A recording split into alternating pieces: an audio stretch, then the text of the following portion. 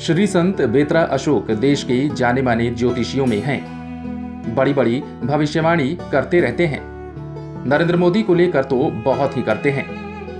2014 में जब मोदी देश के प्रधानमंत्री पद की शपथ ले रहे थे तो श्री संत बेतरा अशोक भी समारोह में आमंत्रित थे। इनकी कई भविष्यवाणियां सही भी निकली हैं तो कईयों में गलत सिद्ध भी हुए हैं। मूल रूप से उत्तराखंड के रहने वाले श्री संत बेतरा अशोक आजकल एनसीआर दिल्ली में रहते हैं। आम लोगों का भविष्य बांचने को अच्छी खासी रकम भी लेते हैं। शनिवार 8 अगस्त की तारीख से श्री संत बेतरा अशोक बिहार में खूब चर्चा में है, कारण कि इन्होंने नीतीश कुमार के भविष्य को पढ़ दिया है। ज्योतिषीय गणना के आधार पर बहुत कुछ बता रहे हैं, अच्छा खराब दोनों ही। चुनाव के नतीजे का फोरकास्ट भी कर रहे हैं। वैसे ये दूसरी बात है कि इन्होंने नीतीश कुमार का भविष्य बांचने को गूगल पर मौजूद जो जन्म तारीख पकड़ी है, कई लोग कहते हैं कि वो सही नहीं है।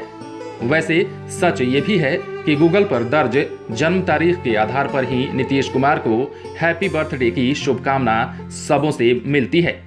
खैर, अब इससे सीधे तौर पर श्री संत बेतरा अशोक की बिहार पर की गई भविष्यवाणी की बात कर लेते हैं। वे कह रहे हैं कि बिहार और नीतीश कुमार की ग्रह नक्षत्रों की चाल को उन्होंने पढ़ा है। श्री संत बेतरा अशोक की एस्ट्रोलॉजी कह रही है कि नीतीश कुमार की 7.5 तो खत्म हो गई है, लेकिन सब कुछ ठीक नहीं है। बिहार में चुनाव के मद्देनजर बहुत कुछ उथल पुथल होने वाला है। श्री संत बेतरा अशोक कह रहे हैं कि नीतीश कुमार के राजयोग पर दिसंबर 2020 तक संकट है। ऐसे में कुछ भी हो सकता है।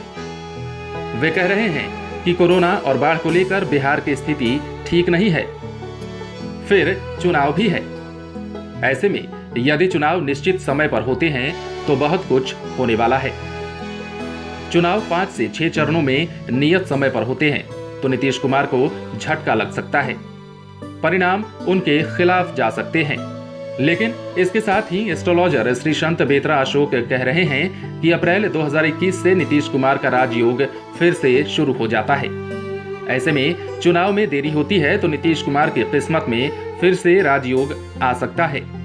निर्धारित समय पर चुनाव होने की स्थिति में नीतीश कुमार के नुकसान को तय बताते हुए श्री संत बेतरा अशोक कह रहे हैं कि बिहार का अगला सीएम एस या एम इनिशियल के नाम वाले व्यक्ति को मौका दे सकती है। अब बिहार में सवाल ये पैदा होता है कि ज्योतिषी श्री संत बेतरा अशोक की भविष्यवाणी में कोई दम है तो मुख्यमंत्री पद की रेस में एस या एम नाम वाले कौन राजनेता हैं जिनकी किस्मत खुल सकती है। वैसे श्री संत बेतरा अशोक की भविष्यवाणी में कई विरोधाभास भी दिख रहे हैं। जमीनी सच्चाई से इतर कुछ बातें भी दिखती हैं। वे एक और निर्धारित समय पर चुनाव होने पर नीतीश कुमार के नुकसान की बात कह रहे हैं, लेकिन दूसरी ओर ये भी कह रहे हैं कि जदयू और भाजपा ने संग मिलकर चुनाव लड़ा तो बिहार में गठबंधन को 134 से 143 सीटें मिल सकती हैं। विरोधाभास यही है, जब 134 से 143 सीटें मिल जाती हैं तो फिर बिहार में एनडीए की सरकार ही बनती है।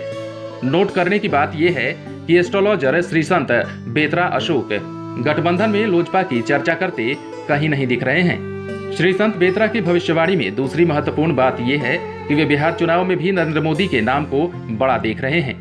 कह रहे हैं कि पहले कश्मीर और अब राम मंदिर के बाद मोदी और बड़े हो गए हैं। ज्योतिषीय गणना से नफा नुकसान की बात करते श्री संत बेतरा कह रहे हैं कि भाजपा के लिए अच्छा तो ये है कि वो जदयू से अलग होकर चुनाव लड़े, लेकिन चुनाव बाद जदयू की जरूरत हो तो साथ ले। लेकिन इसके साथ ही वो ये भी कह दे रहे हैं कि निर्धारित समय पर चुनाव होने पर बिहार का सीएम तो बीजेपी से होगा, नाम एम या एस से इनिशियल होगा। आखिरी बात यह है कि अब तो वक्त ही बताएगा कि एस्ट्रोलॉजर श्री संत बेतरा अशोक की भविष्यवाणी बिहार के मामले में कितनी सटीक बैठती है।